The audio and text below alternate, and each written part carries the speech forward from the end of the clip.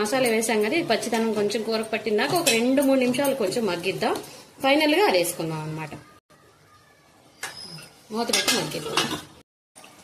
చూసారు కదా, ఇలా కొంచెం మగ్గుతుంది అన్నమాట. పచ్చివాసన పోయిందాక మనం ఉంచుకొని దీంట్లోనే మనం కొంచెం కరివేపాకు, నేను మునగాకు చేసుకున్న పొడి ఉంటుంది, దాన్ని ఒక చిన్న చిటికెడు వేసేస్తున్నాను. దాని తర్వాత నేను అన్నాను కదా ఒమేగా 3 ఫ్యాటీ యాసిడ్స్ అని. నేను ఏం చేస్తానంటే ఒక నువ్వులు, చియా సీడ్స్, అవిసె గింజలు కలిపి చేసుకున్న పొడి నేను ఇంట్లో రెగ్యులర్గా ఉంచుకుంటాను. అది ప్రతి గ్రేవీలోనూ నేను వేస్తాను అనమాట. ఒక స్పూన్ వేసుకోవాలి. నేను ఇలా చేతిలో చూపిస్తున్నాను అనుకోకండి. ఒక చిన్న స్పూన్ అంటే 1 టీ స్పూన్ వేసుకోవాలి సరిపడా. ఇవన్నీ వేసుకున్న తర్వాత, ఎందుకంటే మనకి విడిగా అంటే పిల్లలు తిన్నారు కదా, అందుకని ఇలా గ్రేవీలు వేసేసామనుకోండి, కూరల్లో వేసేసామంటే మనకి పిల్లలకి సరిపడా న్యూట్రిషన్ అనేది అందుతుంది. సో మనం ప్రత్యేకంగా వేరే ఏదైనా చేసి పెట్టామంటే వాళ్ళు తినడానికి దాన్ని చాలా కష్టపడిపోతారు. వీటిలో వాళ్ళకి తెలియకుండా వేసేసామనుకో ఆటోమేటిక్గా న్యూట్రిషన్ అనేది వెళ్ళిపోద్ది. మనం ఏం చింతపడక్కర్లేదు, బాధపడక్కర్లేదు. ఇలా పచ్చివాసన పోయిందాక ఒక సెకండ్ అలా వేసిన తర్వాత దానికి సరిపడా కొంచెం నీరు పోసుకోవాలి. చూపిస్తాను అది కూడా మీకు ఎంత కావాలనేది. వేసాం కదా, ఒక చిన్న గ్లాసులు నీరు పోసుకోవాలన్నమాట. అంటే గ్రేవీకి మనం సరిపడా ఎంతమంది ఉన్నారో దాన్ని చూసుకొని గ్రేవీకి సరిపడా నీరు పోసుకోవాలి. నేనైతే ఒక 2 గ్లాసులు పోసుకున్నాను. సో ఇంత సరిపోతుంది. దీన్ని ఇలా కాసేపు మనం కూర మగ్గించుకోవాలన్నమాట. ఫైనల్ అనమాట ఇది.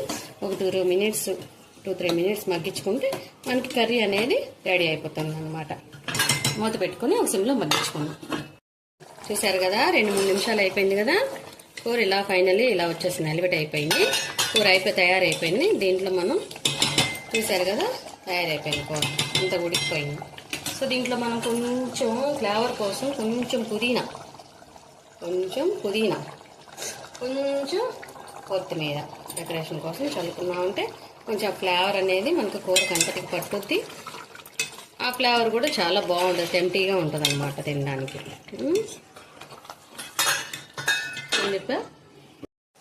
ఫైనల్లీ ఇలా తయారైపోయింది కర్రీ. సో సర్వింగ్కి రెడీగా ఉంది. ఒక బౌల్లో తీసుకుని మనం సర్వ్ చేసుకుందాం. ఓకేనా?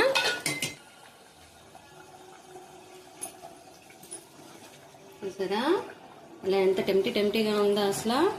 చికెన్ కూడా చాలా చికెన్ ఫ్లేవర్ వస్తుంది అసలు. వెజ్ వాళ్ళకి ఇలా చేసుకుని తిన్నారంటే చికెన్ కూడా పనికిరాదనమాట. చూసారు కదా, ఇది ఫ్రెండ్స్ ఈరోజు నా కర్రీ. నా వీడియో కనుక మీకు నచ్చినట్లయితే ప్లీజ్ లైక్ చేయండి, సబ్స్క్రైబ్ చేయండి, మీ ఫ్రెండ్స్ అందరికీ ఫార్వర్డ్ చేయండి please. Thank you for watching.